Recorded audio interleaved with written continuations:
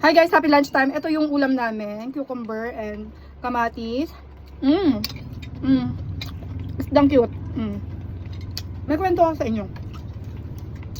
Yung mga estudyante tatlo dito sa harapan namin, nagpa-Xerox. May biglang lumapit na nakamotor. Nakamotor siya, nakaangkas. Sabi niya, nag-approach siya sa mga bata. May pantawag kayo, pwedeng pahiram cellphone. O, di ba? Out of nowhere, hindi ka kilala ng mga bata. Kasi tinanong ng pamangkin ko, kilala nyo yun? Huwag nyo ipapahiram yung cellphone. Parang aburido, tomboy siya guys. So, syempre hindi na natin papakita kasi wala naman siya na biktima. Pero, paikot-ikot yung motor niya. So, nandito pa yung estudyante. Napagmamasdan namin kasi, syempre nandito kami, nasa harapan yung mga bata, kaya alam namin yung nangyayari. Pag ganun ang motor niya, may hawak naman siyang cellphone eh. Yung tomboy, tapos ikot naman, nagpark sa may dali. Sabi niya ulit, nandun siya sa may machine, sa may dali, yung nagta-top up kapag nagka-cash in yung mga customer ni dali. So may kinakausap siyang lalaki, taga-grab yata yung motor eh. Sabi niya, nanghihiram talaga siya ng cellphone. Bait yung lalaki. Nabidyohan ko nga guys eh, hindi ko na lang talaga ipapakita. Ayun, pinahiram nung lalaki yung cellphone. Pinagmamasan namin pero kinakabahan na kami ng pamangkin ko. Talagang may mga customer kami pero nakatutok yung mata namin kasi parang nag-aano siya, makabiktima siya. Tapos ayun na nga, nag-scroll siya. Tawag pero nagagano siya, pindot-pindot. I-demo ko ha, hindi na ako makakain, nagkwento kasi ako. Gaganon siya, tapos hello ano. Tapos maya parang nagkakamot siyang ganyan. Nag-aantay lang yung taga-grab. Sabi ko, Nyor, lalabas ako, warningan kung taga-grab, sabi ko sa pamangkin ko. Kasi pumunta na yung tomboy sa motor niya, binuksan niya na yung U-box niya. Kumuha ng barya, parang inaano niya yung attention dun sa grab na parang bumili, may inuutosan na bumili or ano. Para siguro matangay yung cellphone. Pumunta ako dun sa buti may tarpaulin yung top up na machine. Sabi ko, kuya, kilala mo?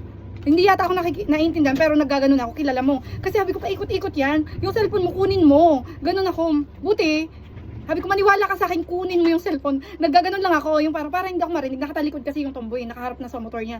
Kasi nga kung ano, kunyari kausap, kunyari binibigyan ng pera yung bumiling soft drinks or what.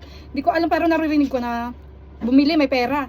Parang gusto niyang yung attention focus sa iba para siguro matangay yung cellphone. Parang hindi naman siya addict pero parang aburido na talo na sa sa sugal. Feeling namin sa sugal, aburido siya, panikamot. Tapos ginaganong-ganon niya, binabang niya talaga yung takip ng motor niya. Kaya sabi ko, grabe, iba talagang feeling talaga namin maraming ganun eh. Yung hindi naman yung itsura niya addict kasi healthy nga yung katawan eh. Medyo kasing katawan ko. Eto pa guys nung nahiram niya nga yung cellphone, agad-agad bumaba siya doon sa motor niya at sinusian niya yung motor. Kaya kinabahan talaga kami ng pamangkin ko. Talagang sinusian niya yung motor niya.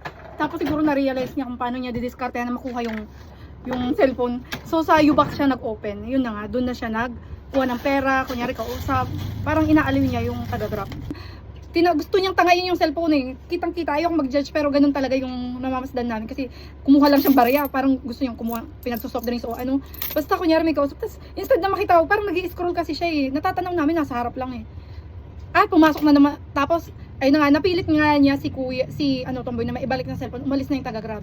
Pumunta siya sa loob ng dali, sabi ko, syempre makakilala ko yan yung mga kasyarabi ko. Pag masdan mo yung tomboy yan, mag-ingat ka kasi kanina pa yung paikot-ikot dito. Yung mga estudyante gusto niyang mabiktima, hiram yung cellphone. Sabi ko, pag masdan mo ha, sabi ko, buti bumili lang ng drinks. Tapos paikot-ikot talagang nagmamasid kung sinong mahihiraman niya ng cellphone. So yun lang naman ang chika ko. Sana nabusog kayo. Grabe. Modus. For awareness lang naman to. For awareness. Wait lang. So kaya ako nagchika ng ganito para maritas lang, 'di ba? For awareness sa lahat ng wag kayong kakausap na ganyang mahihiram ng cellphone kasi hindi natin alam. Emergency nakikitawag. Oo, nandun na tayo kung sincere siya o hindi, pero hindi natin kilala sa panahon ngayon. Mahirap na po talagang makipag-usap sa strangers at magtitiwala ka na ipahiram mo yung cellphone mo. Dahil ang number one na talagang duda namin, aburido siya. Gusto niyang tangayin yung cellphone na aburido siya, na ayaw namin mag-judge, hindi natin alam, pero number one na instinct namin, lulong sa sugal. So yun lang muna, sana nabusog kayo sa chismis natin for today's video. Ayun lang, bye bye guys. Ngayon lang yung nangyari ha. Ayan, 30 minutes ago. Bye bye!